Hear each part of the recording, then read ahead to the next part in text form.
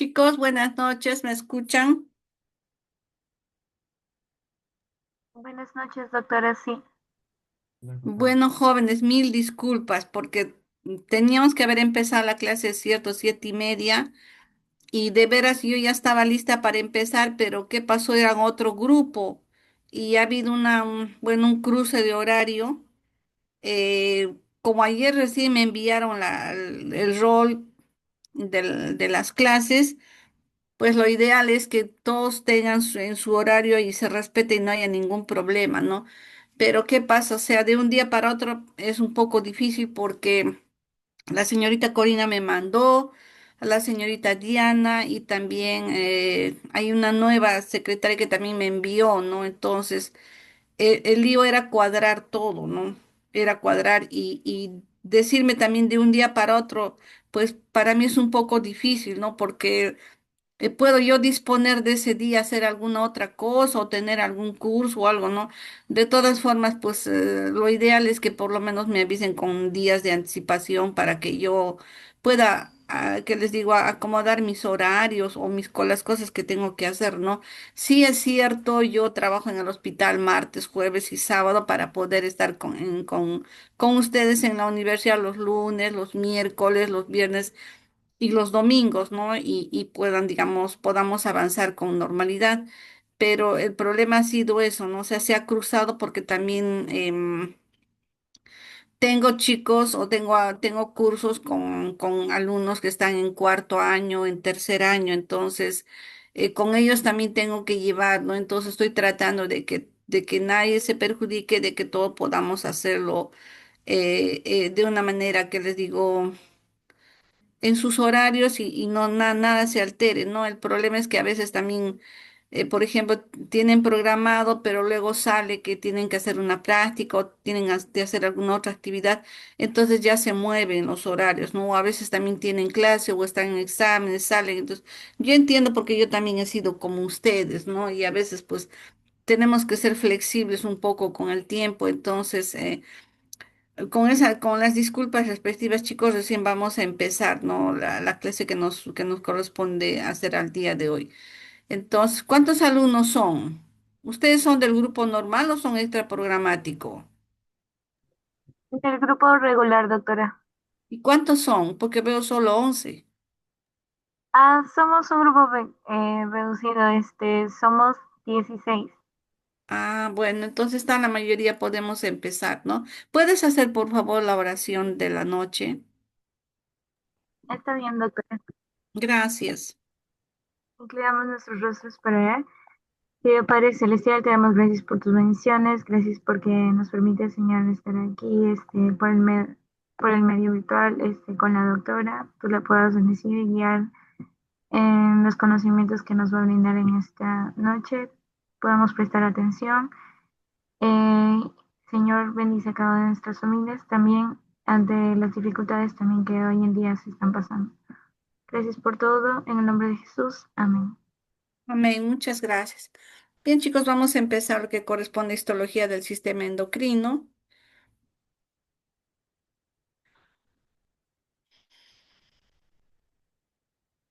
Acá estamos viendo un esquemita en el que estamos pues am, viendo un cuerpo humano en el que estamos viendo la ubicación de las diferentes glándulas, ¿no? Entonces, todo lo que se hace referencia al sistema endocrino hace mención a un grupo de glándulas que van a secretar unas sustancias a las que llamamos hormonas, ¿no?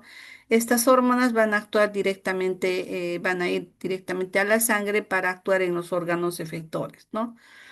Entonces, en el sistema endocrino, ¿qué es lo que vamos a tener? Es un conjunto de órganos que producen hormonas am, y que van a diferentes órganos para controlar, regular y coordinar las funciones de estos órganos, ¿no? Agrupan a una serie de glándulas de secreción interna, como les decía, pueden seguir el eje hipotálamo hipofisiario o seguir también estímulos específicos, ¿no?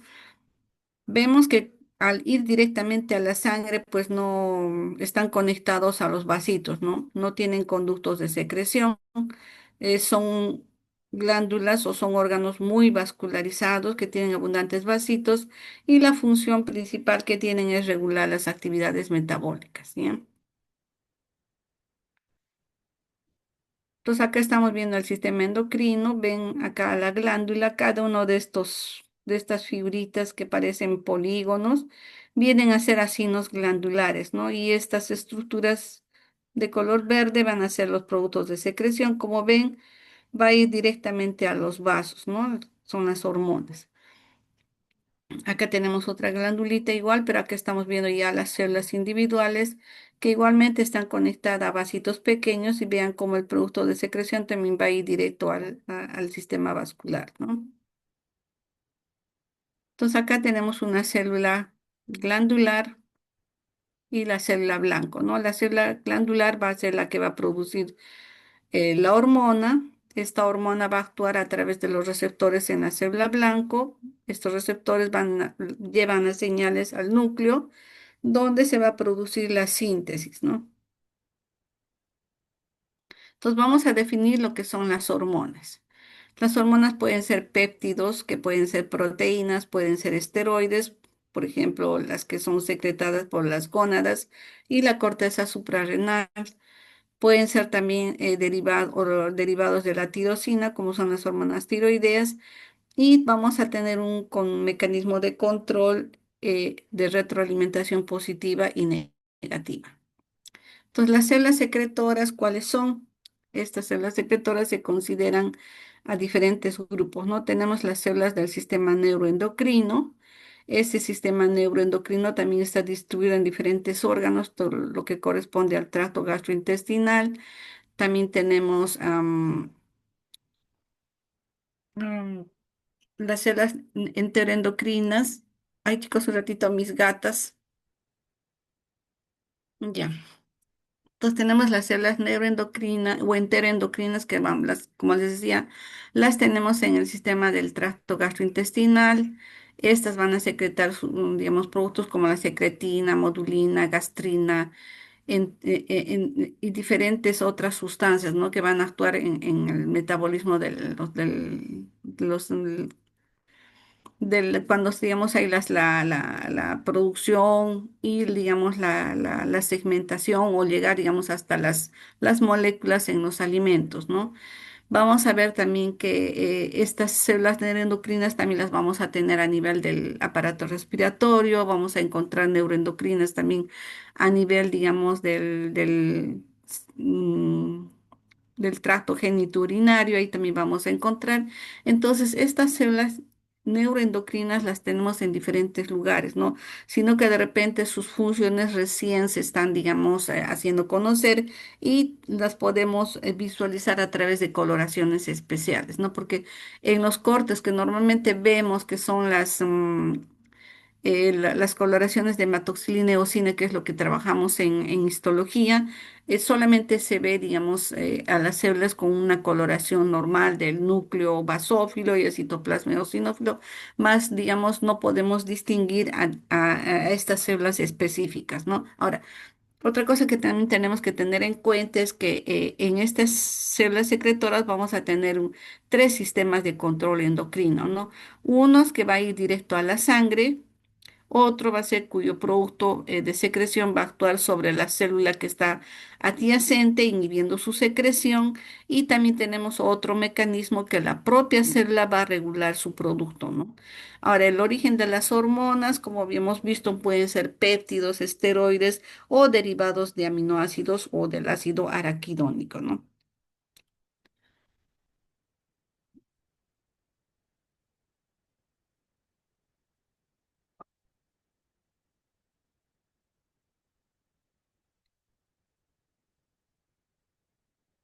Hoy ahora mi máquina no quiere correr. Y acá tenemos el esquemita, como estamos viendo. Tenemos la secreción que va directo al vasito sanguíneo, la secreción que va hacia la célula adyacente y la que tiene el control propio, ¿no? El autocrino. Entonces acá vemos a la célula, a la glándula. Este esquemita se puede aplicar también a los otros. a las otras glándulas, ¿no? En general es para la mayoría. Todas las glándulas van a tener una estructura especial, van a tener una envoltura que corresponde a la cápsula, ¿no? Esta cápsula está constituida por tejido conjuntivo.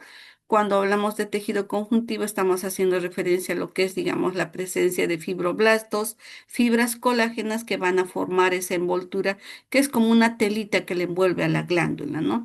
Luego vamos a ver el parénquima, que es en realidad la parte acinar, la parte, digamos, epitelial que va a producir las hormonas, ¿no? Y está constituido por tejido epitelial. Luego vamos a ver el estroma, que es, digamos, el armazón, es digamos, como diríamos, el colchoncito, donde asientan estas células acinares o la parte glandular, ¿no? Y también está constituida por tejido conjuntivo laxo. Entonces acá tenemos, por ejemplo, el eje hipotálamo hipoficiario, que es el que, digamos, va a comandar la mayoría de las funciones glandulares que tenemos en nuestro organismo, ¿no? Entonces el hipotálamo, a través de factores liberadores, va a actuar sobre la hipófisis. La hipófisis, a su vez, va a producir otros factores que van a actuar directamente sobre los órganos, ¿no? En blanco, que son la tiroides, la glándula suprarrenal, el ovario, el testículo, entre otros, ¿no? Pues acá el hipotálamo, vamos a ver que digamos es una parte que está ubicada a nivel, digamos, del encéfalo, ¿no? Entonces está más o menos hacia la parte superior de lo que es la glándula hipófisis y va a tener tres núcleos principales, el hipotálamo, ¿no? Acá estamos viendo.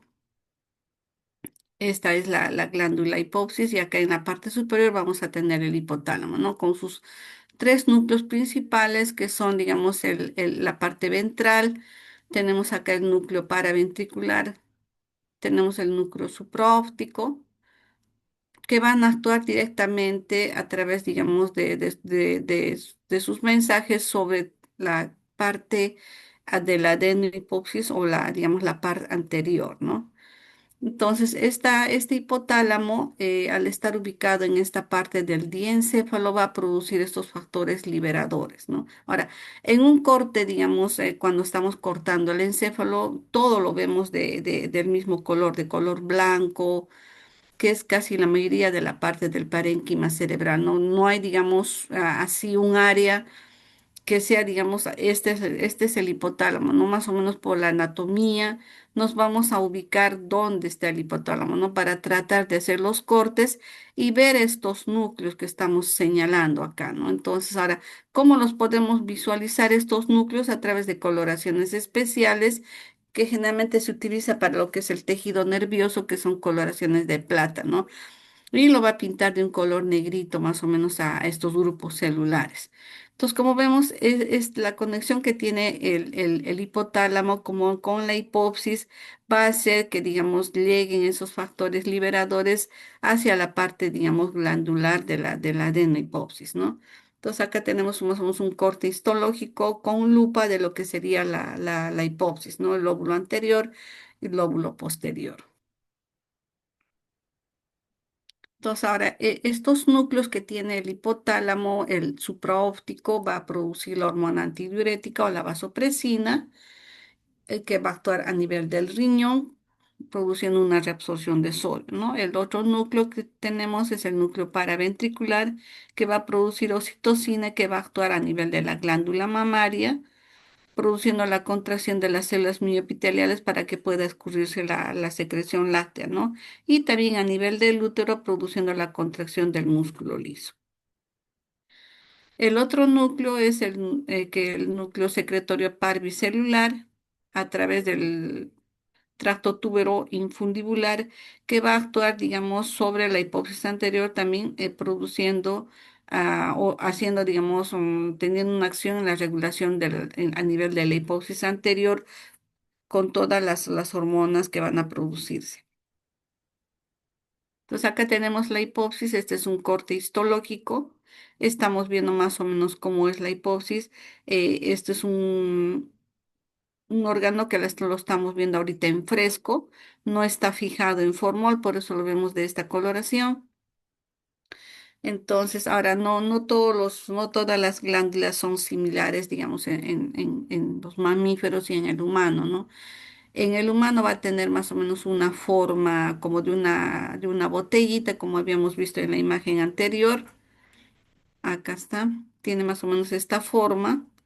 Y lo que estamos viendo acá es, digamos, otro órgano, ¿no? Casi parecido también.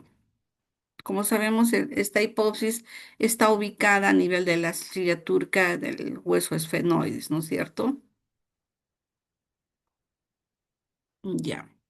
Entonces, esta hipófisis va a ser, digamos, otro órgano importante glandular que tenemos en el sistema endocrino, ¿no? Tiene una parte anterior que viene a constituir la adenohipófisis y la parte posterior la neurohipófisis. Entonces, en la parte anterior vamos a ver que tiene dos partes importantes, la pars anteriores y la pars tuberalis. A nivel más o menos como que divide ambas partes, vamos a tener la pars intermedia y luego tenemos la neurohipófisis o también el lóbulo posterior, ¿no? Que va a estar formada por la pars nerviosa y el infundíbulo. A su vez, en el infundíbulo vamos a encontrar la eminencia media y el proceso infundibular.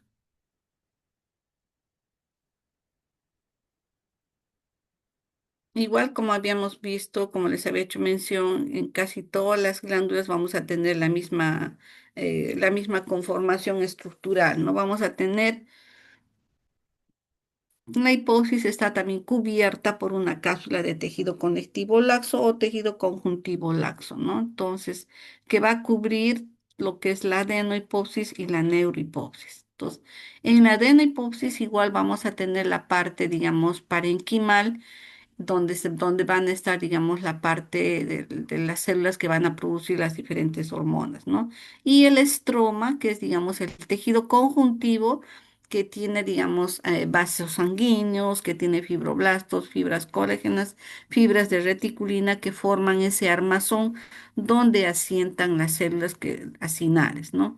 Entonces, este parénquima formado por la parte glandular va a formar, digamos, diferentes estructuras, ¿no? Una de ellas va a formar, digamos, cordones de células que las vamos a dividir en un grupo de células basófilas, acidófilas y cromóforas, ¿no? Entonces, estas células van a producir las diferentes hormonas. Ahora, en lo que se refiere, digamos, a la otra parte que correspondería a la neurohipófisis, está constituida por axones amielínicos y los piticitos que vienen a constituir la glía, ¿no? A nivel, digamos, de la neurohipófisis también vamos a encontrar los cuerpos de Hering, ¿no? Que vienen a ser dilataciones que, digamos, almacenan hormonas, ¿no? Acá tenemos el hipotálamo con sus núcleos. Tenemos también la parte del quiasma óptico, los cuerpos mamilares, y acá estamos viendo ya directamente a la hipófisis, ¿no? Entonces acá tenemos a la pars tuberalis y tenemos la par distalis, ¿no? Lo que va a constituir prácticamente todo el lóbulo anterior de la hipófisis. Y esta parte de acá vendría a ser la pars intermedia. Acá tenemos la neurohipófisis, la pars nerviosa y vamos a tener al proceso infundibular, más o menos en esta parte como que estuviéramos viendo, digamos, como que esto fuera el cuello de la hipófisis, ¿no? Toda esta parte va a constituir el infundíbulo con, digamos, la eminencia media y el proceso infundibular. Entonces acá tenemos un corte que estamos viendo más o menos con lupa de la hipófisis. Toda esta parte va a corresponder digamos, a la glándula, tenemos la parte de la adenohipófisis y la neurohipófisis. Acá tenemos la parte intermedia, que es, digamos, como una especie de un tabique que divide ambas partes de la glándula, ¿no? Vemos la cápsula, que está formada por una delgada capa de tejido conjuntivo o tejido conectivo laxo, en el que observamos fibras reticulares, fibras colágenas, fibroblastos y vasitos sanguíneos, ¿no? Como los que estamos viendo acá. Y también vamos a observar algo de tejido adiposo, ¿no? Que casi a todas las glándulas que tenemos en nuestro organismo le acompaña. Pues ya en corte, digamos, histológico, estamos viendo acá todo lo que correspondería a la parte glandular, ¿no? Como habíamos visto, tenemos tres grupos de células. Tenemos unas células basófilas, tenemos unas células acidófilas y otras cromófogas que prácticamente son con un citoplasma, tienen un citoplasma más o menos clarito, ¿no? Y esta parte de acá corresponde, digamos, a la neurohipófisis o, digamos, en el que vamos a ver básicamente tejido nervioso, ¿no? Ambas partes de la hipófisis vamos a ver que tienen vasitos sanguíneos, pero la parte glandular, si recordamos, habíamos visto que las células directamente van a, mm, eh, digamos, producir su producto de secreción hacia los vasos sanguíneos, no tienen conductos. Las células emiten las hormonas hacia los vasos sanguíneos. Acá, a mayor aumento, con una aproximación, tenemos acá las células acidófilas, tienen el citoplasma eosinófilo rojito, y acá tenemos a las basófilas y tenemos a las cromófogas, ¿no? Que vienen a ser estas que tienen un poco el sistema o el citoplasma un tanto más clarito y medio como que tuviéramos gránulos y aparecen como unos grumitos en el citoplasma, ¿no? Esas son las células cromófogas. Entre las basófilas, las acidófilas y las cromófogas, ¿ve? Que tienen, digamos, el citoplasma más clarito. Acá tenemos una de ellas. Ahora, en lo que corresponde, digamos, a la neurohipófisis, vamos a tener básicamente los axones amielínicos, ¿no? Que van a constituir la mayor concentración de la parte de la neurohipófisis, ¿no? Ahora, esta glándula va a estar bastante irrigada, tiene un sistema vascular propio, que es más o menos similar al sistema porta que tenemos en el hígado, ¿no? Como bien en el hígado tenemos un sistema sinusoidal de capilares sinusoidales que tienen, digamos, un sistema especial de comunicación, ¿no? Normalmente sabemos que un capilar venoso se conecta con un capilar arterial, pero en estos sistemas, tanto en el hígado, en la hipófisis y en el riñón, vamos a tener otro sistema de comunicación, ¿no? Va a haber como que hay otros vasitos que comunican ambos capilares, como que, digamos, hubiera como un puente, ¿no? Que va a permitir, digamos, el transporte de los productos de secreción hormonal, ¿no? Ahora, en la neurohipófisis, ¿qué es lo que vamos a observar? Tenemos acá los pituicitos, que estamos viendo que son más o menos estructuras alargadas, medias fusiformes, y vemos también parte de los axones, ¿no? Ahora, los cuerpos de Hering vienen a ser como, digamos, unos acúmulos, como unas formaciones quísticas pequeñitas, como unos lagos que forman, digamos, que tienen un material basófilo en su interior. Entonces, estos pituicitos constituyen las células gliales que se hallan en la neurohipófisis. Las células gliales, ¿cuáles son? Es la otra parte, digamos, del sistema nervioso, ¿no? En el sistema nervioso tenemos a nivel del encéfalo, tenemos dos tipos de células.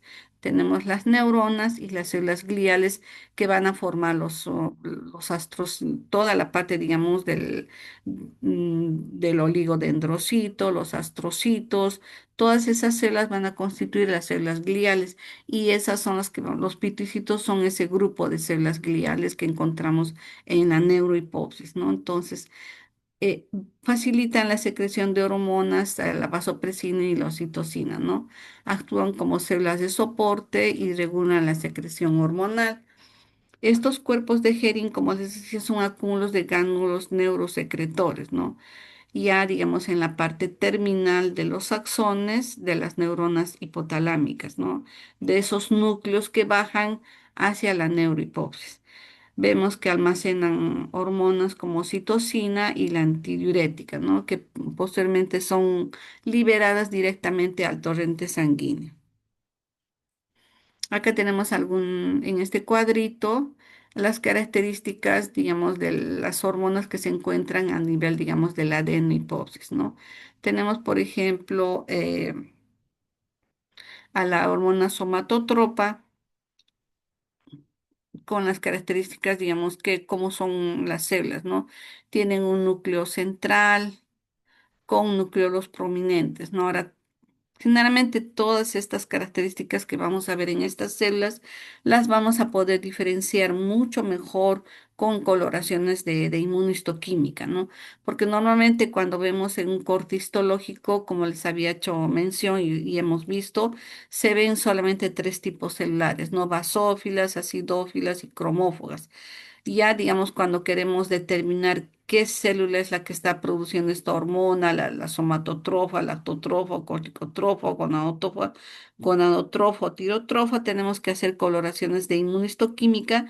Estas coloraciones nos permiten, digamos, precisar cuál es la que está produciendo este producto de secreción, ¿no? Entonces, de esa manera podemos medir sus dimensiones, ver las características del núcleo, cómo es la forma de la célula, ¿no?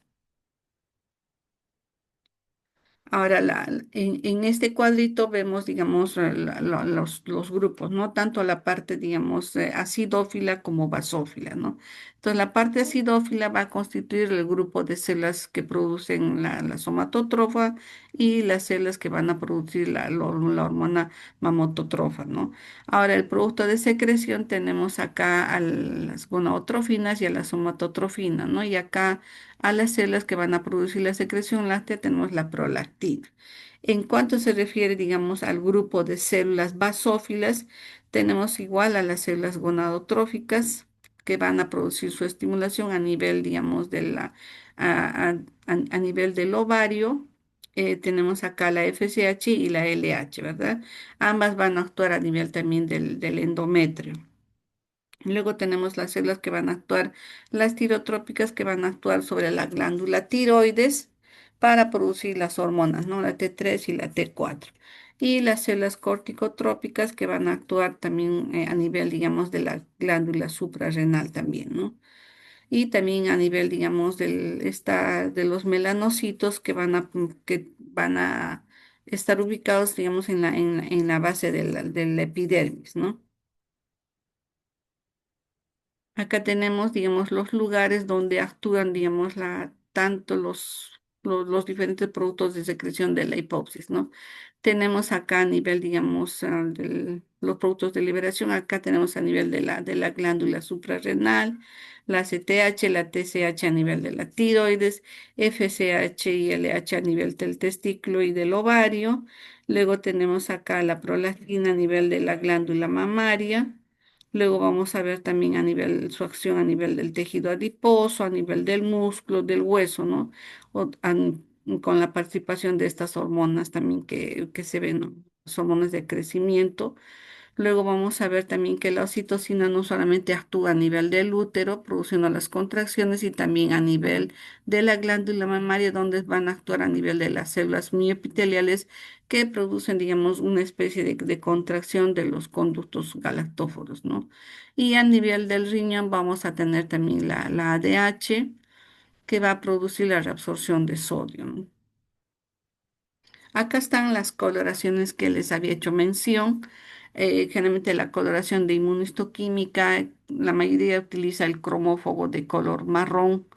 Por eso que las células que se marcan, las células, digamos, que se quiere estudiar, van a ser comparadas con el patrón, ¿no? Entonces se hace el corte histológico, el corte es en blanco y luego se procede, digamos, a la coloración con inmunistoquímica, ¿no? Que, digamos, es otra técnica con otras sustancias que van a pintar a las células de este color marrón, las células que nosotros queremos ver, ¿no? Entonces se marca con el respectivo, digamos, y con la respectiva coloración de inmunistoquímica, y va a pintar el grupo celular que nosotros queremos ver, ¿no? Para poderlas estudiar, ver si están, digamos, en su concentración normal, en la proporción normal, o hay una disminución, ¿no? Generalmente cuando ya hay patologías es cuando, digamos, se hace el estudio de estos grupos celulares, ¿no? ¿Qué es lo que está pasando?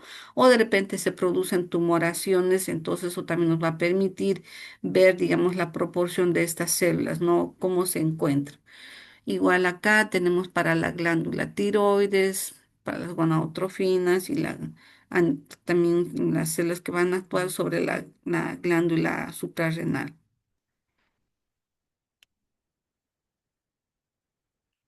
Acá tenemos otro corte histológico en el que estamos viendo a los pituicitos, se les ve alargados, todas estas estructuras alargaditas vienen a ser los pituicitos, ¿no? Y estas vendría a ser la parte intermedia, que más o menos, digamos, se ve como un tabique que va a dividir ambas partes de la glándula hipófisis.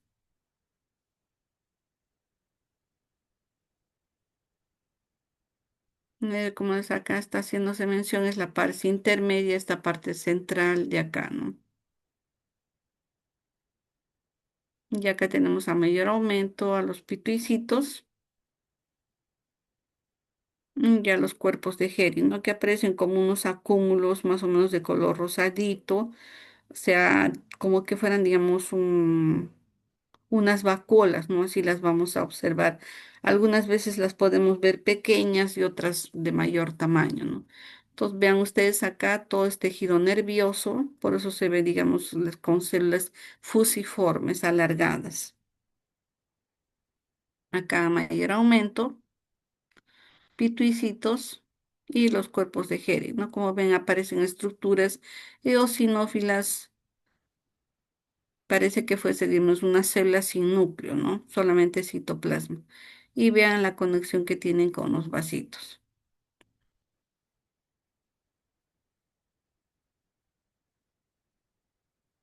Entonces, otro órgano que vamos a ver, otra glándula, es la glándula tiroides, ¿no? Como sabemos, esta glándula está ubicada en la parte anterior del cuello, detrás de la tráquea y también de la laringe, ¿no? La parte inferior de la laringe y la parte superior de la tráquea. Va a estar formada por dos lóbulos, el lóbulo derecho e izquierdo, y la parte central, el istmo, ¿no? Algunas veces vamos a ver un rezago hacia la parte, digamos, interior, hacia la parte anterior media, que forma, digamos, el lóbulo piramidal, ¿no? Que en algunas personas se puede encontrar. Acá, como estamos viendo acá en el esquemita, tenemos el lóbulo piramidal y tenemos el lóbulo derecho e izquierdo de la glándula tiroides, ¿no?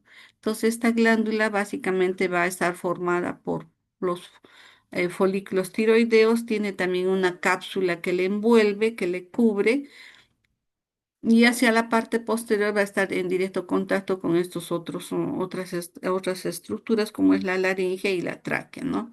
Otra cosa que vamos a observar también es que hacia la parte posterior vamos a encontrar a a las cuatro glándulas paratiroides.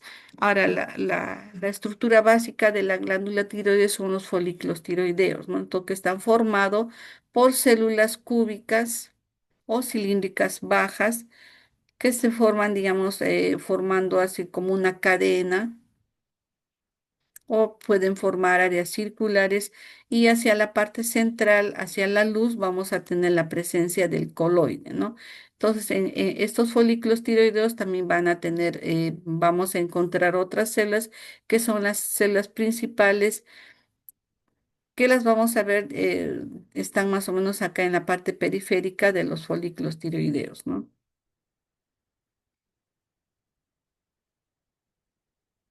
La glándula tiroides también, igual que las otras glándulas, va a tener esa estructura, digamos, que está formada por una cápsula que le envuelve por la parte periférica, que tiene tejido conectivo laxo, vasos sanguíneos, fibroblastos, fibras colágenas, y va, digamos, a cubrir toda la glándula, ¿no? Le va a envolver. Entonces, la glándula, habíamos visto que tiene una parte parenquimal, que va a estar formada por los folículos tiroideos. Estos folículos tiroideos, como habíamos visto, tienen las células foliculares, tienen también las células C y el coloide que está, digamos, en el interior, ¿no? Ahora, el estroma va a estar constituido por tejido conjuntivo laxo, que tiene fibras reticulares y vasos sanguíneos, ¿no?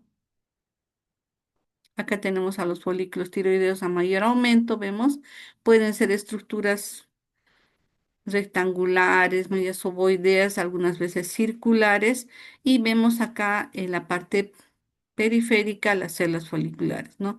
Ahora, hay, digamos, cuadros en los que pueden estar las células un tanto aplanadas, como por ejemplo en el bocio, donde vemos un aumento en el tamaño de la glándula, ¿no? Y hay abundantes folículos amplios con células ya un tanto aplanadas que tienen abundante coloide, ¿no? Entonces acá estamos viendo, por ejemplo, cómo estas células forman, digamos, como una especie, digamos, estuvieran como si estuvieran en cadena una tras otra, están ubicadas hacia la parte periférica, ¿no? Y en la parte central vamos a encontrar el coloide.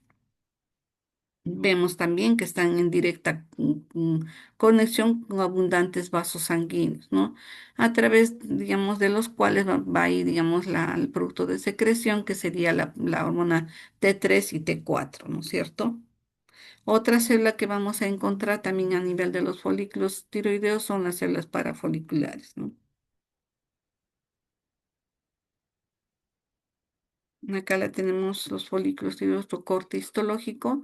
Algunas veces puede, digamos, observarse hasta dos hileras de células, pero la mayoría de las veces encontramos una, ¿no? Acá, por ejemplo, el coloide tiene otra disposición, puede haber, puede disponerse a veces así como que tuviera rayas. Esto no tiene mayor significancia, ¿no? Sabemos que el coloide está hacia la parte central. Lo que sí tenemos que, digamos, tener en cuenta es la formación de vacuolas, ¿no? Cuando se forman vacuolas, vamos a estar frente, por ejemplo, a lo que es, digamos, una, un- una hipersecreción. Vamos a tener acá como una especie de unos globitos. Esto se va a dar, digamos, cuando la glándula está, digamos, como una hiperplasia, ¿no? Un aumento del número de células y hacia la parte central del coloide vamos a encontrar unas vacuolas, que son como unos espacios claros, ¿no? Acá tenemos un folículo tiroideo a mayor aumento, tenemos las células cúbicas y en medio de ellas, vean, hay abundantes vasos sanguíneos, ¿no? Todo esto que vemos acá de color rosadito es el coloide.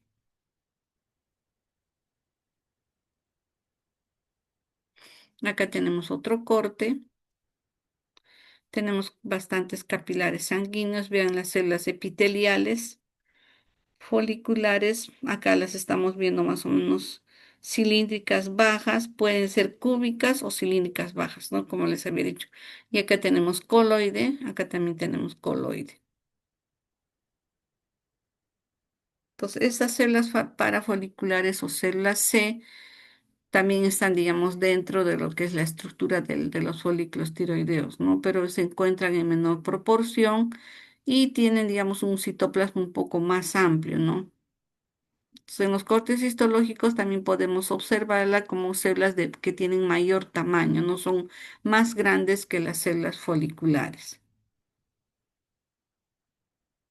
Ahora, para, digamos, poderlas, digamos, confirmar su presencia, igualmente hacemos coloraciones de inmunistoquímica y, digamos, con el patrón se compara, digamos, las células que nosotros estamos queriendo marcar, ¿no? Acá, por ejemplo, estamos encontrando esas células parafoliculares que están, digamos, en la parte periférica de los folículos tiroideos. Entonces, otra glándula que vamos a encontrar dentro del sistema endocrino es la glándula paratiroides. Como les había hecho mención, los vamos a observar en la parte posterior de la glándula tiroides, ¿no? Entonces, como sabemos, la tiroides tiene su cápsula y en la parte posterior vamos a encontrar estas cuatro estructuras, ¿no? Dos glándulas paratiroides superiores y dos inferiores. También esta glándula paratiroides va a tener una cápsula, va a tener el parénquima y va a tener el estroma, igual como que tienen las otras glándulas, ¿no? Son pequeñitas, más o menos del tamaño de una lenteja, son así de pequeñitas y algunas veces cuando nos llegan las glándulas tiroides a patología, no las podemos identificar fácilmente porque ustedes saben, no a nadie le sacan una glándula que está normal siempre, digamos, los las muestras o los especímenes quirúrgicos que llegan a patología son porque tienen, digamos, alguna enfermedad o son pacientes que tienen alguna lesión, ya sea, digamos, una lesión tumoral o que de repente que la glándula ha crecido demasiado, estamos frente a un bocio que es muy grande y está incluso metiéndose a la parte, digamos, del mediastino y está produciendo, digamos, cuadros ya de tirotoxicosis, entonces se tiene que retirar la glándula, ¿no? O también en la enfermedad de Graves-Basedow, igualmente, ¿no? Entonces acá estamos viendo a las glándulas paratiroides y acá lo que correspondería, digamos, a la parte, digamos, microscópica, ¿no? Igual en esta glándula también vamos a encontrar dos grupos celulares, ¿no? Las células oxifílicas y las células principales. Las células principales van a tener un citoplasma basófilo, unos núcleos también basófilos, a diferencia de las células oxifílicas que van a tener un citoplasma más eosinófilo más rojito, ¿no? Entonces acá tenemos a la glándula, esto es parte del, digamos, de lo que es la tiroides, y acá estamos viendo un nódulo, ¿no? Que correspondería a un nódulo, ¿no? Acá en esta partecita, en la parte posterior de lo que es la tiroides normal, vamos a encontrar, digamos, a la glándula paratiroides, ¿no? Como ustedes pueden ver, hacia esta parte vamos a ubicar y digamos tratamos de hacer una disección muy cuidadosa para poder recuperar incluso con su cápsula, no poderla deteriorar y sacarla enterita. Hay que diferenciarla también a veces en estos procesos patológicos podemos encontrar ganglios linfáticos hacia, digamos, la cara posterior de la tiroides, ¿no? Y puede confundirse también con la glándula paratiroides. Hay que tener bastante cuidado porque tanto la paratiroides como los nódulos linfáticos o ganglios, ambos tienen su cápsula, ¿no? Pueden tener un tamaño y una forma similar, pero tenemos, digamos, que distinguir cuál es cuál, ¿no? La glándula paratiroides, generalmente, como les decía, va a tener una forma, es pequeñita y casi se parece a una lentejita, ¿no? Tiene más o menos ese aspecto. Acá tenemos a la glándula paratiroides, vean, es de un color más o menos amarillento y acá tenemos a la glándula tiroides.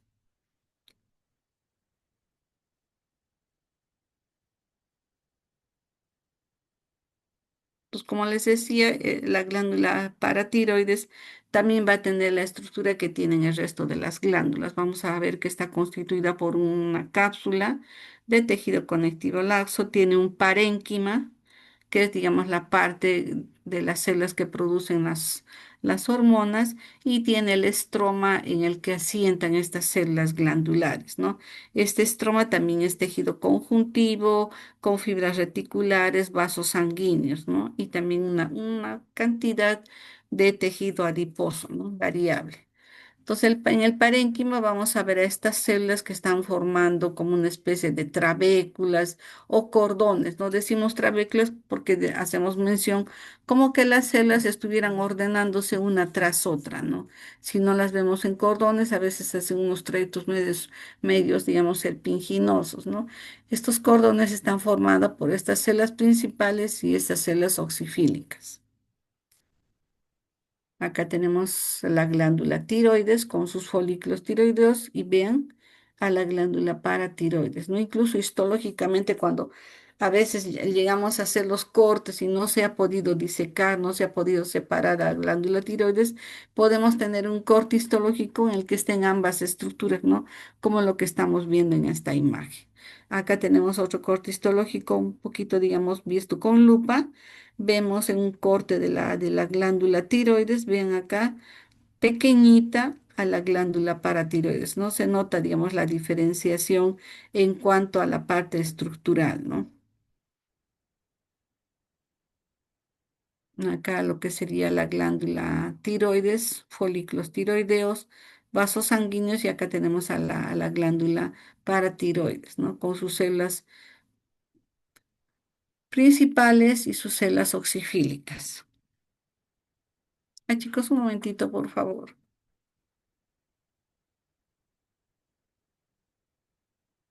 Viendo la parte del estromo. Ay, se está yendo, creo,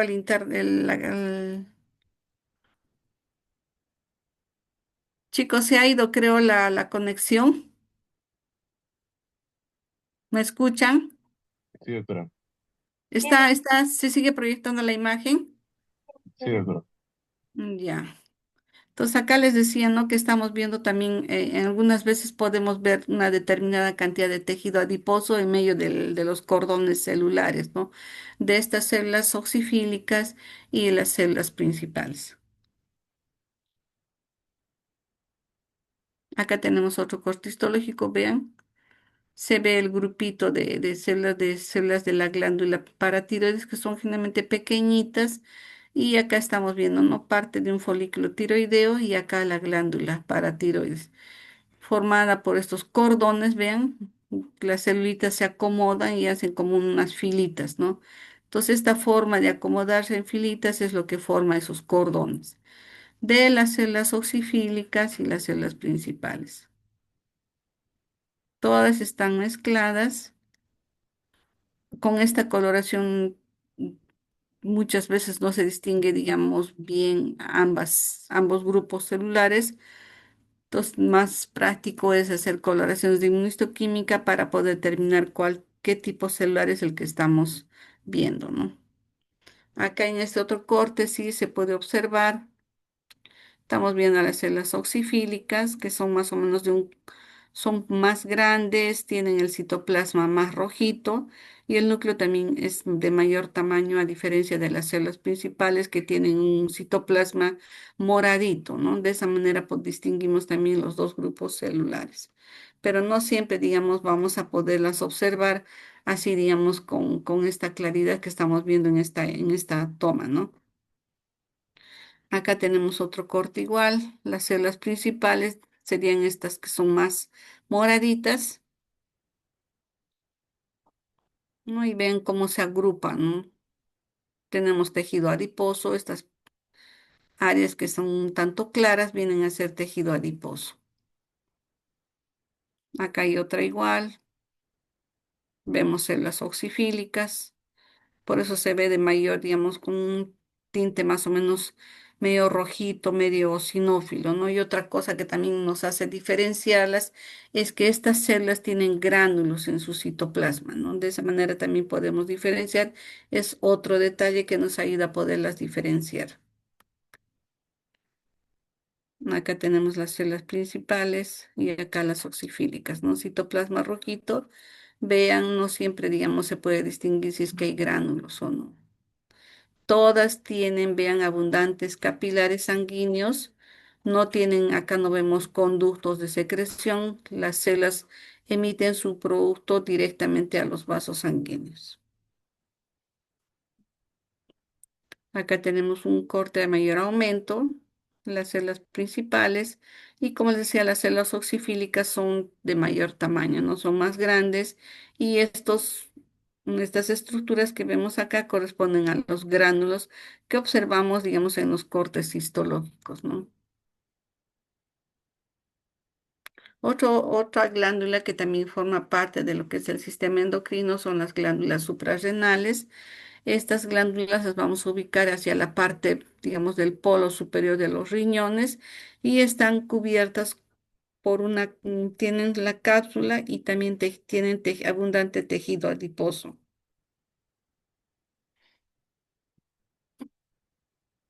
Acá las estamos viendo, más o menos tienen una forma piramidal. Acá están sin fijarse, directamente retiradas de ambos riñones del polo superior. Tienen una envoltura y tienen tejido adiposo también. Entonces, esta glándula suprarrenal va a tener también una conformación igual que las otras glándulas, va a tener una cápsula, va a tener una parte glandular y, digamos, va a tener el estroma, ¿no? Solo que en esta glándula vamos a tener hacia la parte periférica, la parte, digamos, de la corteza suprarrenal y hacia la parte, digamos, central vamos a tener lo que corresponde a la médula, ¿no? Esta parte, digamos, de la médula tiene un origen a nivel, digamos, del ectodermo a diferencia, digamos, de la parte periférica de la corteza, ¿no? Entonces, en la corteza vamos a encontrar tres zonas bien marcadas. Tenemos la cápsula que la envuelve, luego vamos a ver una capa de células glomerulares, que sería la parte más periférica.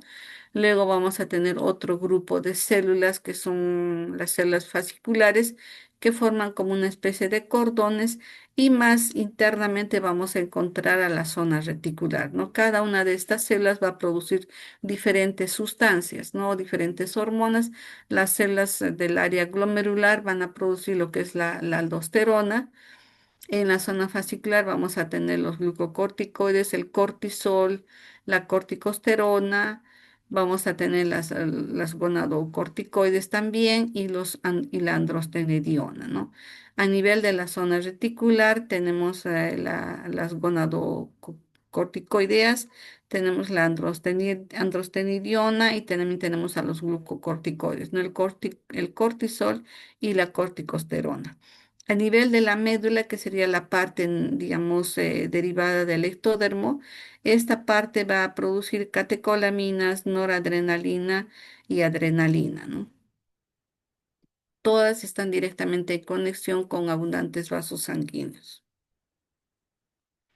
Acá en este cortecito, la ubicación en el polo superior, la parte de la corteza, que digamos es bien notoria cuando se hace el corte, ¿no? Toda esta parte periférica incluso tiene un color más o menos amarillito, a diferencia de la parte central, que tiene, digamos, un color un poco más oscuro, ¿no? Acá estamos viendo los vasitos sanguíneos. Ahora, digamos, el origen, la parte de la corteza va a derivar de lo que es el mesodermo, y la parte, digamos, de la médula de la cresta neural, ¿no? Acá hay un corte histológico visto con lupa. Tenemos todo lo que correspondería a la corteza, toda esta parte periférica llena de estos grupos celulares. Más periféricamente tendríamos la capa glomerular, luego la capa fasciculada, y más internamente la capa reticular, ¿no? Como ustedes pueden ver, incluso en este corte, los tres grupos de células muchas veces son indistinguibles, ¿no? Ya con acercamiento vamos a determinar que en la parte glomerular forman como, digamos, como estructuras circulares, ¿no? Parecidas, digamos, a lo que podría ser un glomérulo. Luego vamos a tener en la zona fasciculada que las células se alinean, ¿no? Formando cordoncitos, y en la parte más profunda, que sería el área reticular, van a formar como unos ovillos también, ¿no? Y esta es, digamos, la parte ya central, donde encontramos a la médula suprarrenal.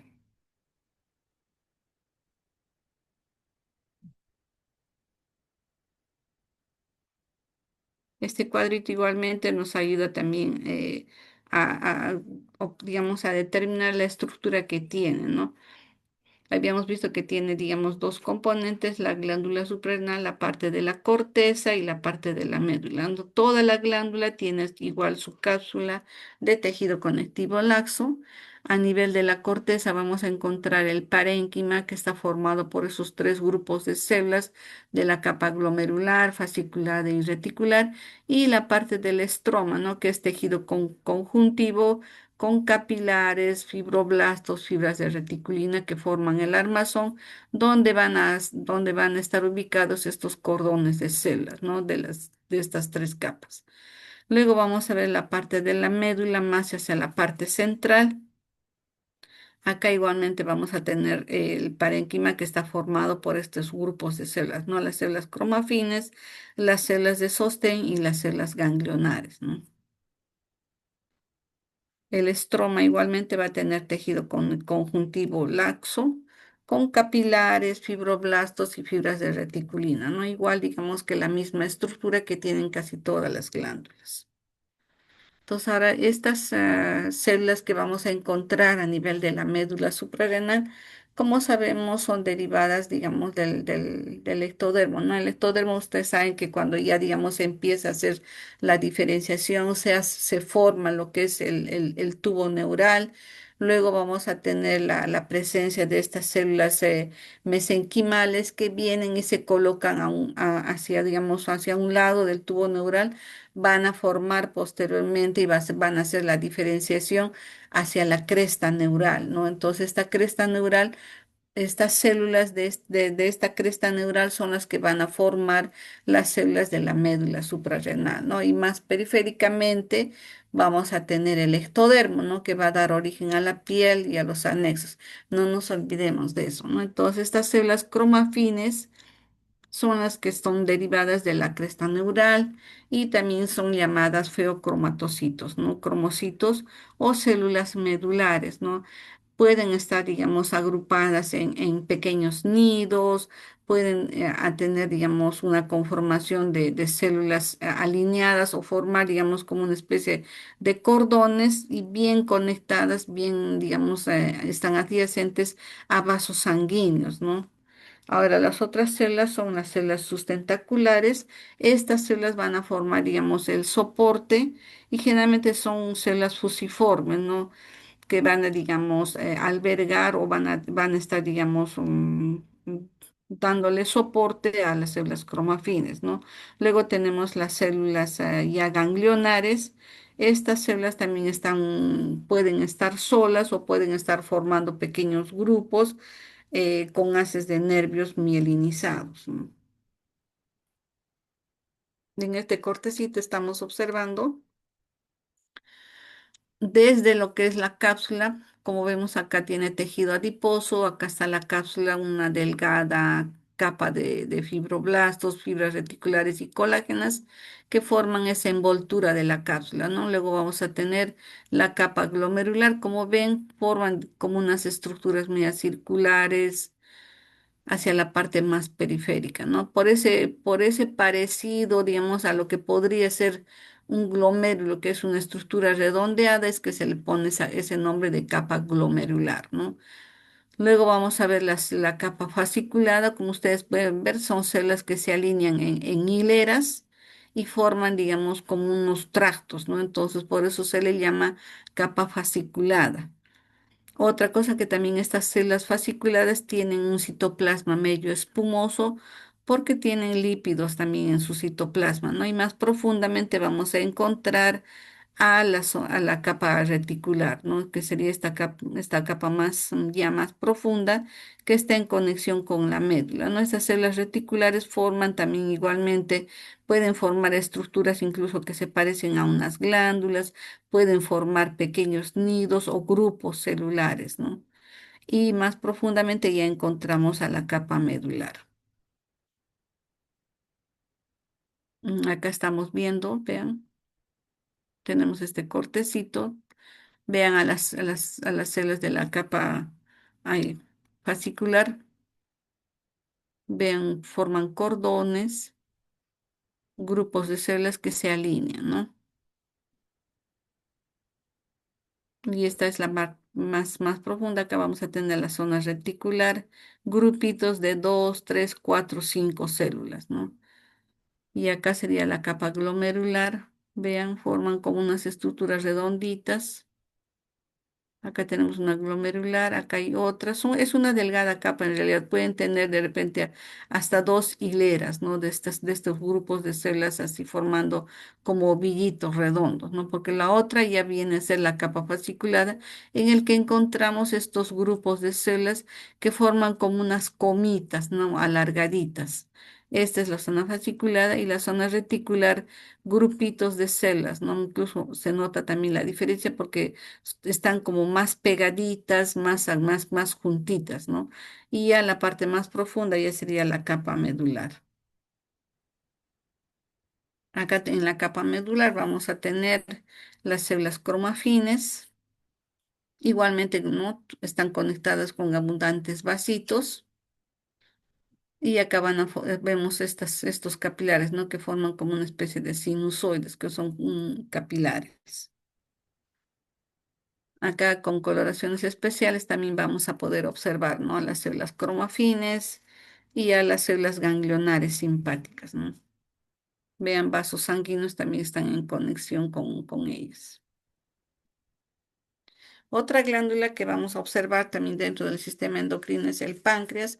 Como sabemos, el páncreas es un órgano único que está a nivel, digamos, eh, está entre las asas intestinales, más o menos ubicadas hacia la segunda porción del duodeno, ¿no? Entonces, el páncreas va a tener una forma alargada. Tenemos una cabeza, un proceso uncinado, el cuello, el cuerpo y la cola, ¿no? Entonces, a través del páncreas tenemos, digamos, dos sistemas, ¿no? El páncreas endocrino y el páncreas exócrino. Es una glándula que tiene dos doble componentes, ¿no? La parte exócrina es lo que va a producir las enzimas que van a participar en el proceso de la digestión, y la parte, digamos, endocrina va a estar formada por los islotes de Langerhans, ¿no? Que van a producir, van a tener diferentes grupos celulares, y dentro de ellas una de las más importantes es la producción de la insulina, ¿no?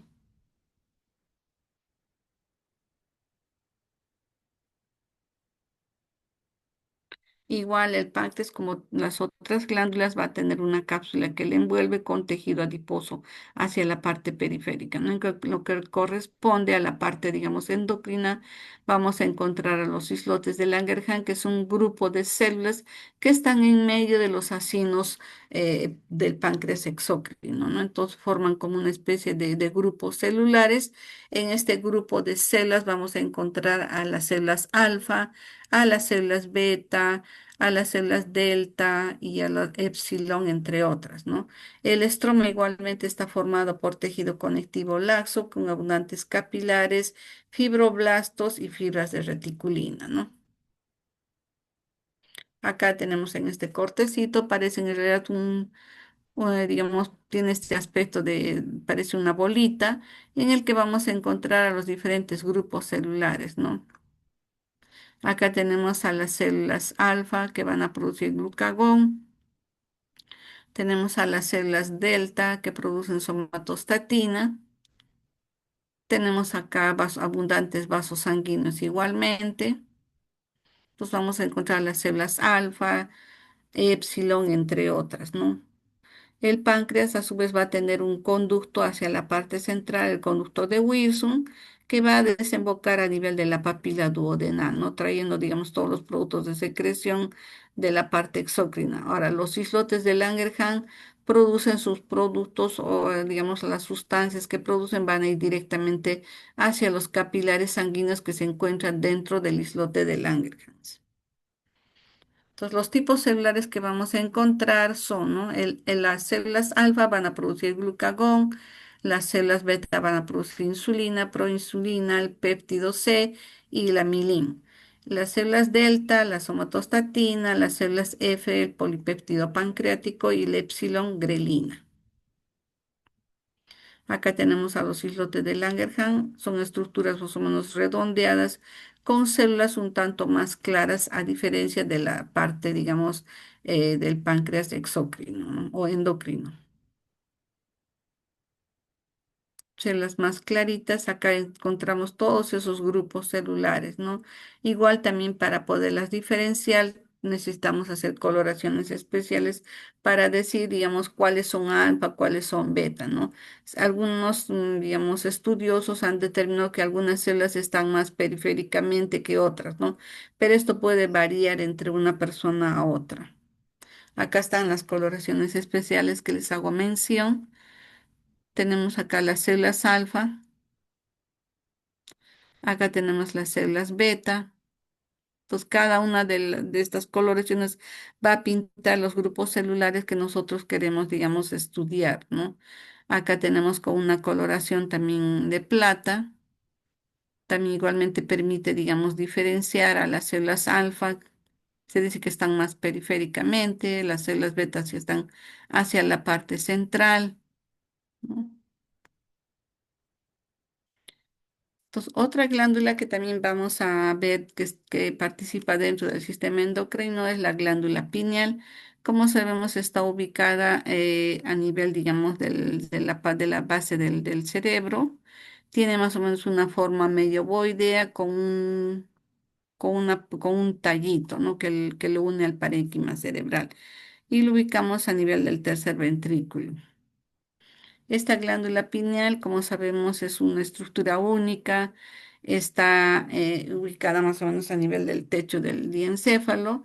Es pequeñita, llega a medir hasta 8 milímetros, es menor que 1 centímetro y su función es regular los ciclos circadianos, ¿no? Del sueño, la vigilia y la secreción de la melatonina, ¿no?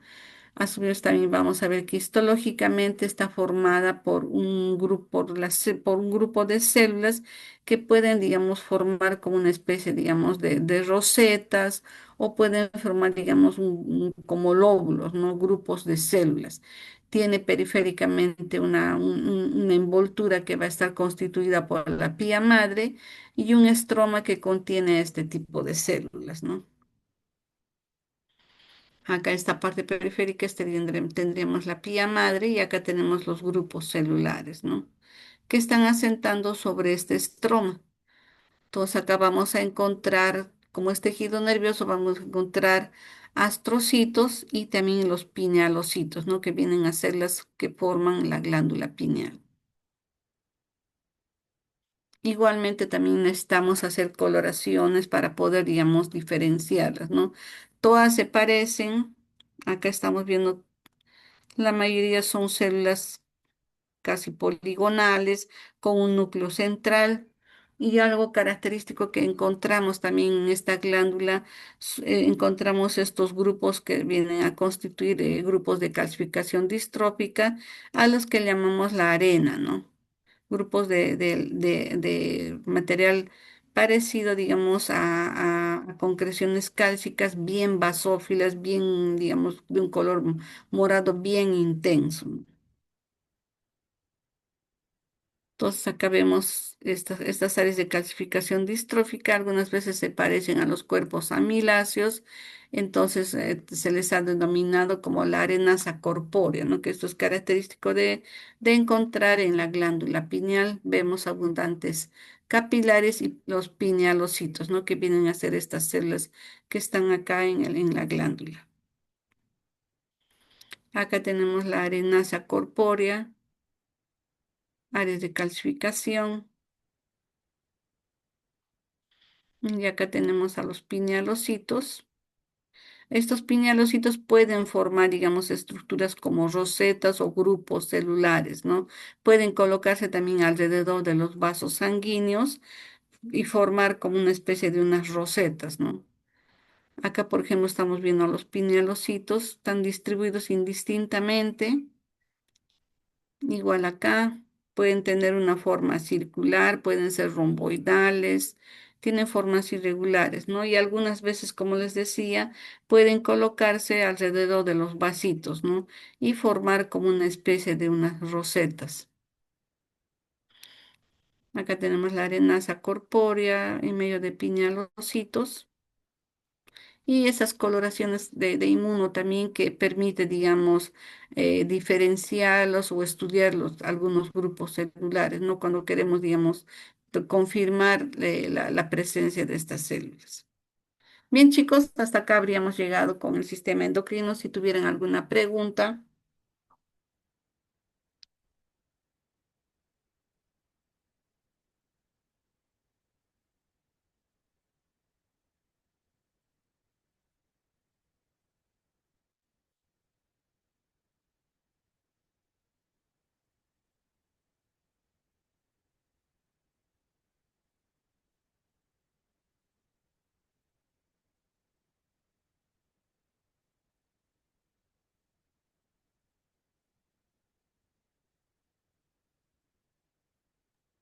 Al parecer Bien, no, chicos.